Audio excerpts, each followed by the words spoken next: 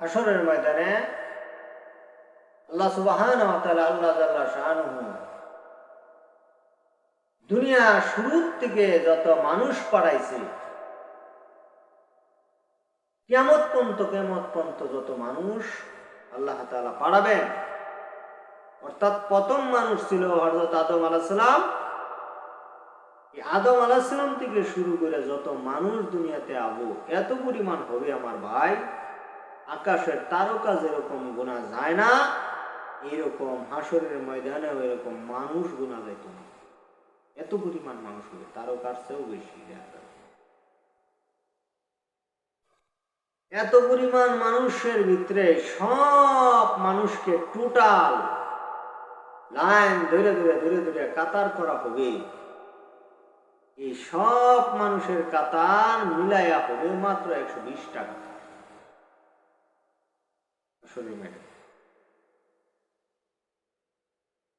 আল্লাহ রসুল জনাবে মুহাম্মদ রাসূলুল্লাহ সাল্লাল্লাহু আলাইহি সাল্লাম বলেন 120 টা কাতারের ভিতর থেকে সমস্ত নবী রাসূলদের মিলায়া কাতার হবে। সব নবী রাসূল মিলায়া, সব নবী রাসূল উম্মত মিলায়া মাত্র কাতার হবে 40 টা। আর আমি মুহাম্মদ সাল্লাল্লাহু আলাইহি সাল্লামের আমার উম্মতের এই কাতার হবে 80 টা। আল্লাহু আকবার, সুবহানাল্লাহ। আমাদের এই উম্মতের, এই নবীর উম্মতের কাতার হবে 80 টা। এই নবীর উম্মত কি পরিমাণ তাহলে? সব নবীর উম্মতের মিলায়া কাতার হবে মাত্র 40 টা। আল্লাহ রসুল জনাবে মুহাম্মদ রাসূলুল্লাহ সাল্লাল্লাহু আলাইহি সাল্লাম বলেন আমার উম্মতের আবার এই 80 টা কাতার থেকে বাছাই করিয়া 80 টা কাতারকে আমি নবীজি বললাম এই 80 টা কাতার আবার এই 80 টা কাতার থাকতো না, এই 80 টা কাতারকে আবার 73 টা কাতার বানানো হবে। এই 80 টা কাতারকে আবার 73 টা কাতার বানানোর পরে 72 টা কাতারকে ঘোষণা দেওয়া হবে জাহান্নামী লোক। চিন্তা করেন, 73 টা কাতারের মধ্যে এই নবীর উম্মতের 72 টা কাতার হয়ে যাবে জাহান্নামী, একটা কাতার মাত্র হবে জান্নাতি। আপনি আমার ভিতরে এখনো ভয় পাইতেছি না? গোনা জিদ করে করা হইতেছে যে সে আর কয়টিয়া নিশা খা, তার চেয়ে আমি বেশি টিয়া দিয়ে নিশা খাবো। সে আর কয়টিয়া দিয়া পন্নারির পিছনে ঘুরিয়া সময় নষ্ট করে, কয়টিয়া পন্নারির পিছনে ভাঙে, আমি তার ডাবল ভাঙবো। এরকম জিদ করে জিনা গুনাহ মদ বিভিন্ন অপরাধের সাথে জর্জরিত হইতেছি। একটু কি ভয় পাইতেছি যে মাত্র এই নবীর উম্মতের 80 টা কাতার হওয়ার থেকে এই 80 টা কাতারকে 73 টা কাতারে পরিণত করা হয়েছে। এই 73 টা কাতারের থেকে 72 টা কাতার জাহান্নামী হয়ে যাইতেছে, একটা কাতার মাত্র জান্নাতি হবে। এই 72 টা কাতারে যে কোনো কাতারে আমি আপনি যদি বলি তাহলে জাহান্নাম কারণ হয় না। ভয়টা কি পরিমাণ পাওয়া উচিত ছিল? আপনি আমি তো ভয় পাইতেছি, ডরাইতেছি। অথচ হাদিসের ভিতরে যা বর্ণনা করা হয়েছে আল্লাহ তাআলা তাই করবেন, আল্লাহ তাআলা অবশ্যই করবেন এটা। কারণ আল্লাহ তাআলা বলছে যে আমি আল্লাহ পাক কখনো ছলনা করি না, মিথ্যা বলি না, আমি কোনো লেরজাম ঠাট্টা টিটকারি মস্করা কোনো কিছু করি না। আমি আল্লাহ রাব্বুল আলামিন যা বলি যা করি তা সত্য। ভয় পেয়ে আমার ভাই 72 টা কাতার জাহান্নামী হয়ে যাবে। আবার এই 72 টা কাতার আর আরেকটা কাতার জান্নাতি। মাত্র 73 টা কাতারের ভিতরে যত লোক থাকবে এই সমস্ত লোকগুলানের ভিতরে মাত্র 12টা দলে বিভক্ত করা হবে। 12টা দল আমার ভাই। এই 12 দলের ভিতরে আপনি আমি যে কোনো এক দলে যদি পড়ি, কোন দলে পড়লে কি হবে এটা আপনারা একটু শুনে, একটু শোনার দরকার আছে। কারণ এটা সামনে আসবেই, এটা আসবেই। এর হাত থেকে বাঁচার কোনো আদম সন্তানের ক্ষমতা নাই আমার ভাই, কোনো মানুষের ক্ষমতা নাই। 12 দলের যে কোনো এক দলের ভিতরে আপনি আমি অবশ্যই করবো। কারণ আল্লাহ রাসূলের কথা কখনো মিথ্যা।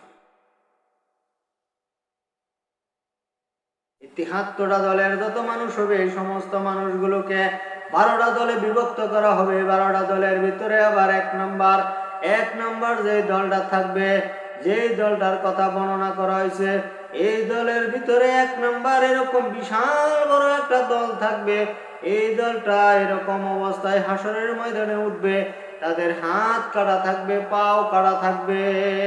দুনিয়াতে তাদের হাত দেওয়া হয়েছে, পাও দেওয়া হয়েছে, কিন্তু হাসরের ময়দানে তাদের হাত আর পাও কেটে হাসরের ময়দানে উঠানো হবে। তারা গৈর পারতে হাসরের ময়দানে যাবে। আল্লাহ সুবহানাহু ওয়া তাআলা আল্লাহ জাল্লা শানুহু ডাক দিয়ে বলবেন, হাসরবাসীরা দেখো এখন দুনিয়াতে তাদের হাত ছিল, পাও ছিল, আর এখন তাদের হাত নাই, পাও নাই। তারা কোন অপরাধ করছে জানো?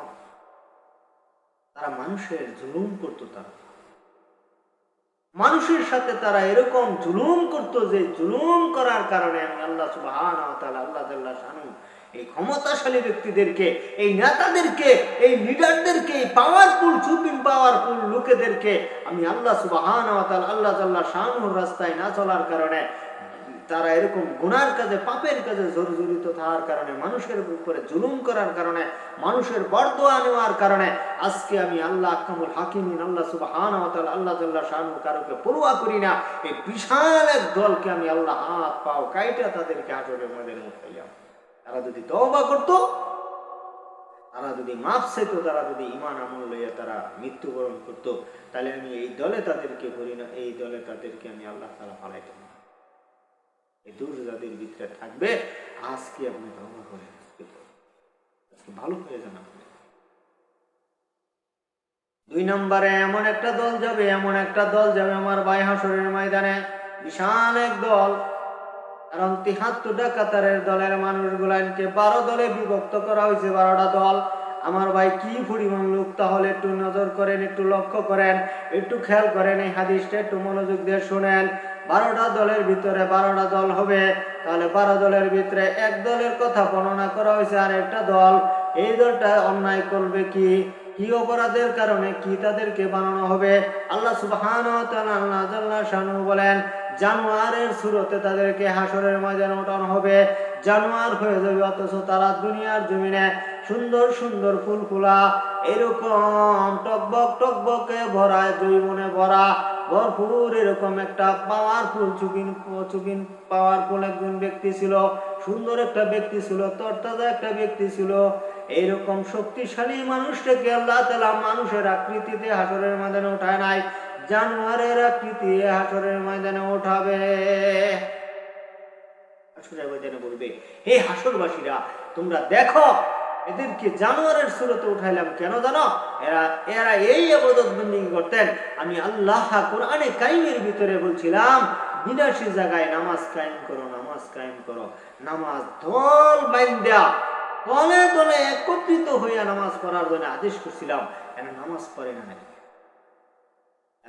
পড়ে নাই, এরা ইবাদত বন্দেগী করে নাই, এরা আমল না করার কারণে আমি আল্লাহ পাকের কুদরতি পায়ে সাজদা না দেওয়ার কারণে, এই আমল থেকে দূরে সরে থাকার কারণে, মন গড়া জিন্দেগি চালানোর কারণে এদেরকে আমি আল্লাহ মানুষের সুরতে হাসরের ময়দানে উঠাইলাম না, এদেরকে জানোয়ারের সুরতে উঠাইলাম। এরা যদি তওবা করতো, আমি আল্লাহ ওই দিন মাফ করে দিতাম। আমার ভাই, আমলটা করেন।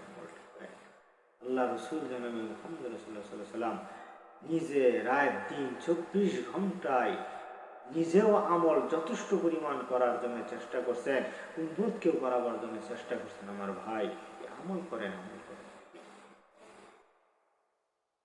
3 নম্বরে একটা দল উঠবে হাসরের ময়দানে।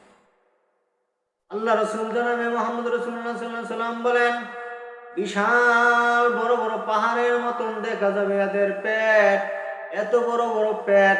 এই পেটের ভিতরে বিষাক্ত বড় বড় সাপ থাকবে, সাপ। এই সাপগুলো পেটের ভিতরে দংশন করতে থাকবে, কামড়াইতে থাকবে।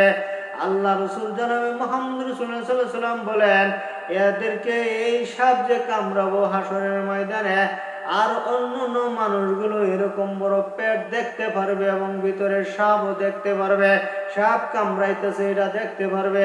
এরকম ভাবে আমার আমার আপনার যদি এরকম শাস্তি দেওয়া হয়, এটা সহ্য করার মতো না আমার ভাই, তওবা করেন, ভালো হয়ে যান। এই খারাপ স্বভাবগুলো, এই দোষগুলো যদি আপনার আমার ভিতরে থাকে, পরিবর্তন করেন, ভালো হয়ে যান। তারা কি অন্যায় করছে আল্লাহ তাআলা ডাক দিয়ে বলবেন, হাসরবাসীরা দেখো, তাকায়া দেখো, এরা এরকম হারাম খাইতো, এরা সুদ খাইতো, এরা ঘুষ খাইতো, এরা হারাম খাইতো। হারাম খাবার খায়া যদি আপনি আমল করেন, হারাম খাবার খায়া যদি আপনি হজ করেন, হারাম খাবার খায়া যদি আপনি রোজা রাখেন, হারাম খাবার খায়া যদি আপনি নামাজ করেন, আপনার কোনো আমল, কোনো ইবাদত বন্দেগী আল্লাহ তাআলার দরবারে কবুল হইতো না আমার ভাই। হারাম খাবার, হারাম খাবারে এরকম একটা খারাপ প্রভাব, সমস্ত আমল বন্ধ করে রাখে এই হারাম খাবার। ভাই, এই হারাম খাবার খায়া ইবাদত তো কবুল হইছেই না, আমল কইরাও তো কাম হইছে না।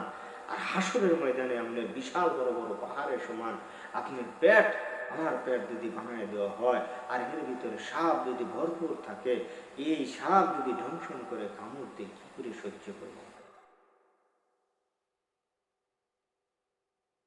9 নম্বরে, এমন ব্যক্তি হাসরের ময়দানে এক ধরন দল উঠবে যাদের ভিতর থেকে জানোয়ার মরলে যেরকম দুর্গন্ধ বের, কুত্তা, বিলাই, হিয়াল, সাপ, বিচ্ছু, এরকম বিভিন্ন রকমের যত রকমের জানোয়ার আছে, এগুলো মইরা কিরা বইরা বক বক করলে যেরকম গন্ধ বের হয়, দুর্গন্ধ, দিক দিয়ে যাওয়া যায় না, এর চেয়েও আরো হাজার হাজার, কোটি কোটি, লক্ষ লক্ষ গুণ দুর্গন্ধ। এই গন্ধগুলো মানুষের ভিতর থেকে বাইরেতে থাকবে, দলের ভিতরে থেকে বাইরেতে থাকবে। এক ধরনের মানুষ, এক ধরনের উম্মত থাকবে, এরকম দুর্গন্ধ। আমার ভাই, এই কথাগুলো বললাম, আমাদের পরবর্তী ভিডিওতে বাকি ওই কথাগুলো বলে দেওয়া হবে। আমাদের সময় নেই, জন্য বলতে পারি নাই। আপনারা আমার ভিডিওটি লাইক, কমেন্ট, শেয়ার, সাবস্ক্রাইব করবেন। আমার এই চ্যানেলে আপনারা থাকবেন। আমি আরও আশা করি আল্লাহ যদি হায়াত দিয়ে আমি আরও ভিডিও ছাড়ব।